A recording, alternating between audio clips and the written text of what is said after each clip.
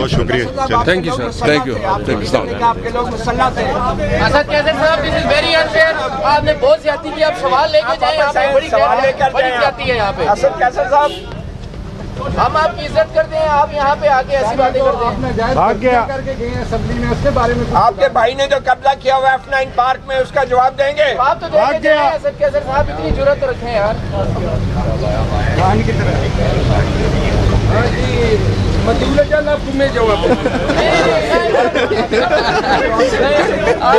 आपके जवाब बात सुनो, तुम्हारी वजह से, आपकी वजह यार सवाल तो लेना आपकी वजह चाहिए। से यार सबके सवाल नहीं लिए, क्योंकि ये इधर आके जिन की तरह खड़ा हो गए।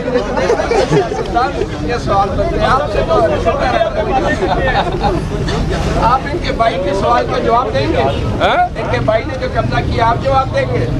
F9 पार्क में मैं उसमें वकील हूँ ना, नहीं ना? हाँ, तो उसे क्यों नहीं जवाब दूंगा? उसी में हाँ, आ जाए ना, पहले तो आ जाए। ये सबको दूंगा, आपको दूंगा। या चले आपसे लड़े बात। इधर हमारी कम्युनिटी में आ जाए।